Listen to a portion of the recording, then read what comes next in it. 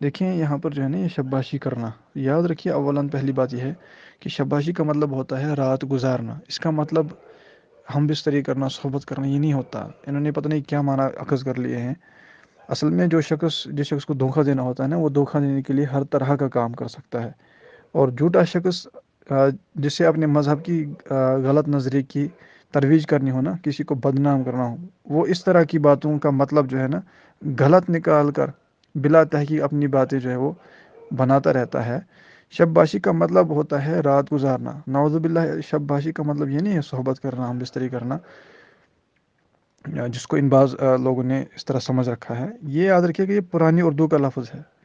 شب باشی کا مطلب ہے کسی کا رات گزارنا۔ مثال کے طور پر آپ کسی کے پاس بیٹھے رات گزارے، کہ میں نے مثال کے طور پر فلاں پیر صاحب کے ساتھ جو ہے وہ رات گزاری، تو کیا اس کا مطلب یہ نہیں کہ معاذ اللہ جو آپ سمجھ گئے، تو فلاں پیر صاحب کے ساتھ رات گزاری ہو سکتا ہے مذاکرہ علم میں گزاری ہو، مراقبے میں گزاری ہو، فلاں پیر صاحب کے ساتھ عبادت میں رات گزاری ہو۔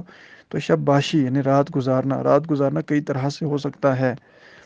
کسی کا رات گزارنا یعنی کسی کے پاس بیٹھیں رات گزاریں، کہ میں نے فلاں پیر صاحب کے ساتھ رات گزاری، ٹھیک ہے۔ اس کو بھی کہا جا سکتا ہے کہ میں نے شب باشی کی۔ اور تو ایسے لوگ ان الفاظ کو غلط معنی پہنا کر اپنے دل کا بغض و عداوت، اب وہ خواہ حضور صلی اللہ علیہ وسلم کے ساتھ ہو یا اعلیٰ حضرت امام اہل سنت رحمۃ اللہ علیہ کے ساتھ، اس کو وہ لوگوں کو اس انداز میں ظاہر کرتے ہیں فتنہ پھیلانے کے لیے۔ یہ شب باشی یہ پرانی اردو کا لفظ ہے۔ اعلیٰ حضرت یا دیگر بزرگوں کی زبانوں پر یہ جاری، یعنی اس وقت کے چونکہ اردو بہت چینج ہو گئی ہے نا، تو ان زمانوں میں یہ مستعمل تھا، استعمال ہوتا تھا شب باشی، کہ رات گزارنا۔ یہاں مطلب ہوتا ہے کسی کے پاس رات کو گزارنا، کسی سے گفتگو کرنا، کسی سے مذاکرہ علم میں رات گزاری، عبادت کے ساتھ رات گزاری، مراقبے میں رات گزاری، کسی کے ساتھ شب بیداری میں رات گزاری، تو اس کو بھی کہیں گے میں نے فلاں کے ساتھ شب باشی کی، یعنی اس کے ساتھ رات گزاری۔ اس کے ساتھ رات گزارنے کے مطلب معاذ اللہ تھوڑی یہ لیں گے، رات گزارنا تو کئی اعتبار سے ہو سکتا ہے نا۔ تو اب اس کے تو اتنے سارے معنی بنتے ہیں۔ اب انہوں نے جو ہے نا اس کے معنی کسی اور پر محمول کر لیے، اور طرح طرح کے وہ مرچ مسالے لگا لگا کر کچھ اور ہی کہانی بنا ڈالی ہے۔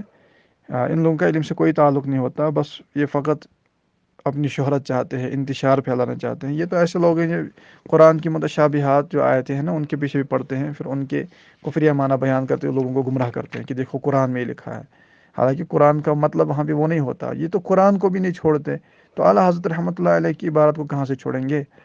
قرآن کی آیت میں مجھے بتائیے کیا قرآن میں کفر ہو سکتا ہے؟ نہیں ہو سکتا نا، لیکن یہ قرآن کی آیتوں سے وہ معنی مراد لے ہوتے ہیں جہاں سے کفر ثابت کرتے ہیں۔ بنیادی عقیدہ ہے نا یہ، اللہ جگہ مکان سے پاک، حالانکہ اللہ عرش پر بیٹھا نہیں ہے، وہ تو اس سے پاک اور ہے۔ یہ کہتے ہیں کہ معاذ اللہ، اللہ تعالیٰ عرش پر بیٹھا ہوا ہے، یہ ثابت کرتے ہیں۔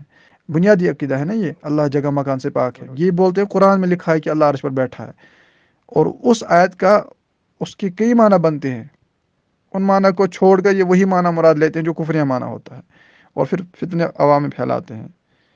اور قرآن نے خود فرمایا کہ جن لوگوں میں ٹیڑھ ہوتی ہے وہ ان آیتوں کے پیچھے پڑتے ہیں جن کو متشابہات کہتے ہیں، تاکہ یہ لوگوں میں فتنہ برپا کریں۔ وہی تو یہ کر رہے ہیں، تو جب قرآن کے ساتھ ایسا معاملہ کرتے ہیں تو پھر ظاہر سی بات ہے دیگر بزرگوں کی باتوں کے ساتھ کیا کچھ نہیں کریں گے۔ اور یہ تو خالی اعلیٰ حضرت کے ساتھ ان کا معاملہ نہیں ہے، یہ ہر بزرگ کے واقعات کے پیچھے پڑے رہتے ہیں کہ فلاں نے یہ کیا، فلاں نے یہ کیا۔ یہ ان کا نصیب ہے بدبختوں کا۔ باقی یہاں پہ جو اس کا معنی ہے وہ میں نے عرض کر دیا ہے کہ اس کا کیا معنی ہوتا ہے، اور کئی طرح کے معنی ہوتے ہیں۔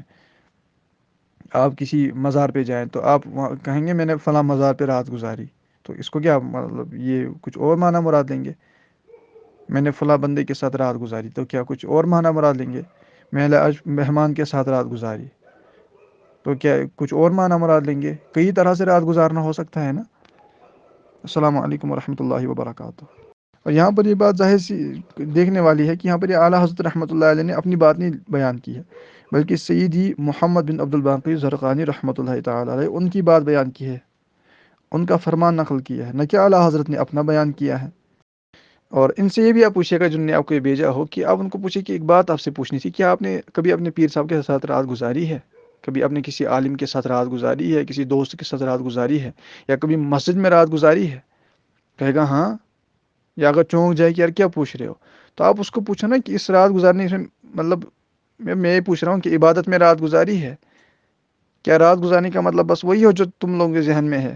دوست کے ساتھ رات گزاری ہے مطلب اس کے ساتھ اب رات کو رہے، وہ آپ کے گھر میں آیا، مہمان بن کر آیا، مہمان آپ کے گھر میں رات گزاری مہمان نے، تو کیا یہی مطلب لیں گے کہ بس جو آپ کے ذہن میں ہے مسجد میں رات گزاری، تو اس کا مطلب یہ ہوگا کہ بس جو آپ کے ذہن میں ہے، کیا رات گزارنے کا مطلب بس وہی ہوتا ہے؟ رات تو عبادت میں بھی گزار سکتے ہیں نا۔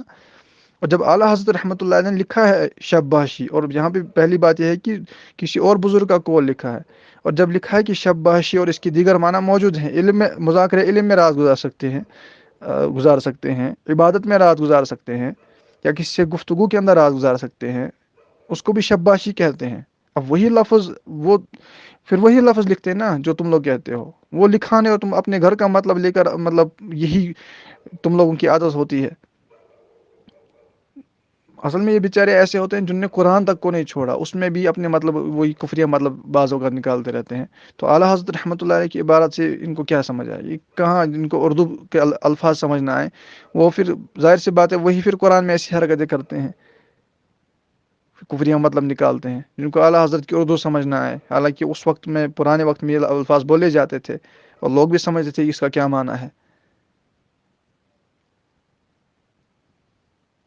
تو ان نے بھی راتیں تو گزاری ہوں گی نا، کبھی پیر صاحب کے ساتھ گزاری ہوں گی، کسی اپنے عالم کے ساتھ، کبھی مدرسے میں رات گزاری ہوگی، کبھی مسجد میں رات گزاری ہوگی، تو کیا اب ہر رات گزارنے کا مطلب ہم یہی لیں گے کہ وہاں پہ یہ سب جو یہ ان کا ذہن ہے؟